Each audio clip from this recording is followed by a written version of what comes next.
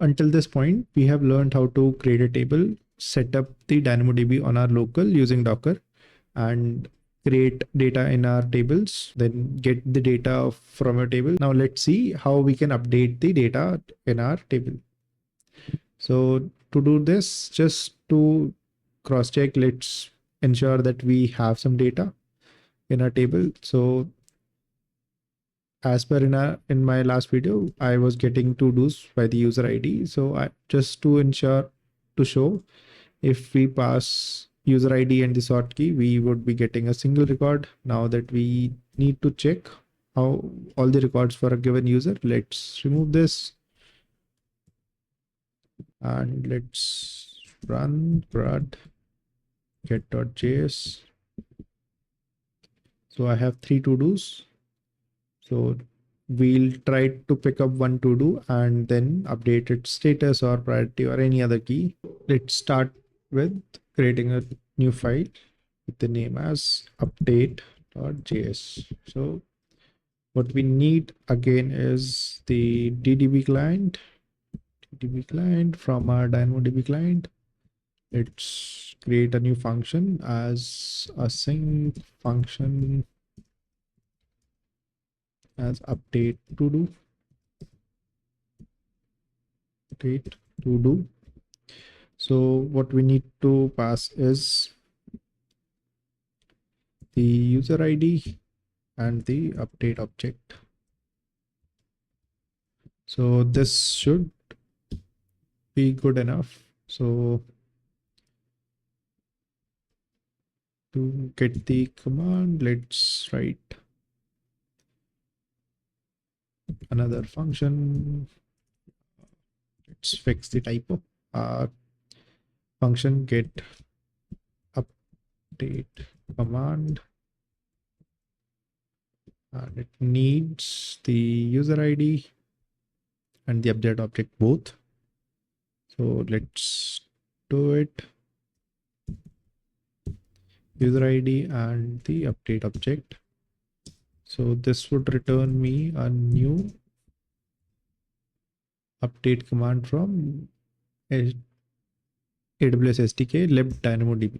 So this needs an object with the keys as table name. So the table name is to-dos. Just let's cross verify. So it is to-do. Let's go back to our file. And what we need to return. So we will return all values, all new values that we have updated.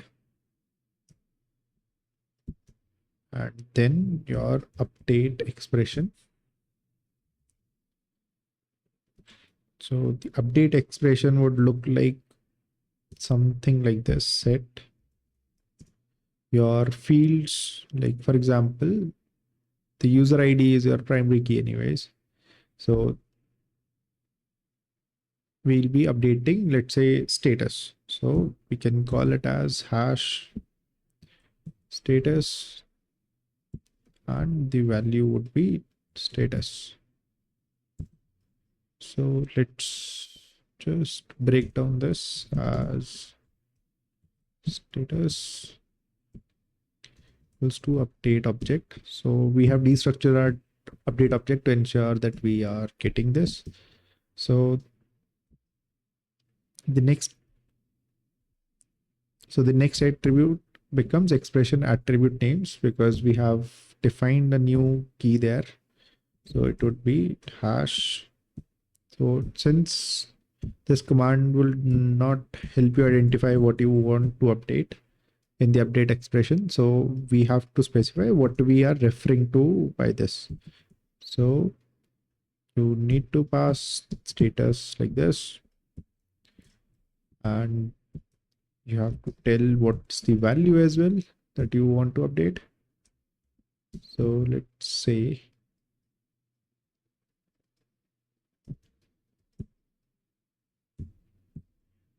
colon status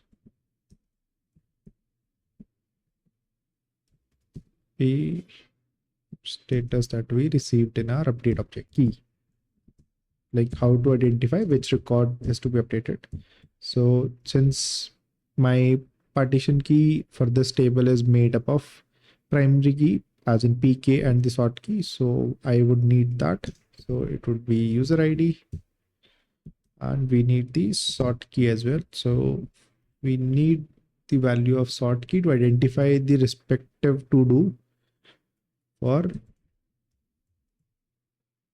to update it. So I have to do id.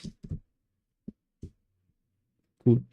So I think we are good. So let's just call this here const command is to get. So we have user id. We need the to-do id. Let's just pass it to for now. So if you see, we have the status as to do. So let's make it in progress. So let's pass the key status as in progress.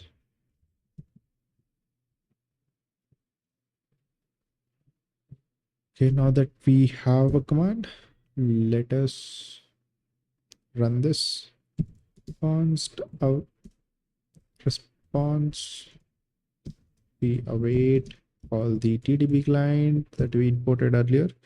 Dot send, and let's send this command.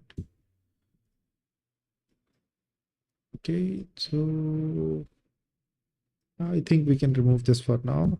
We can modify this later on. Let's see what we get as the response for log response. Okay, let's call this to do, and I just need to pass my name as the primary key for user ID. So let's see if this fixes the problem.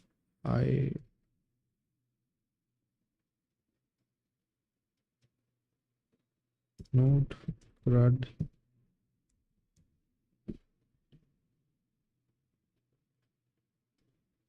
Okay, let me fix this to be imported by .js update to do. So, oh, cool. So it worked. So response is clean and the status code is 200. If you see, the updated value for that key has been updated, status has been updated to in progress.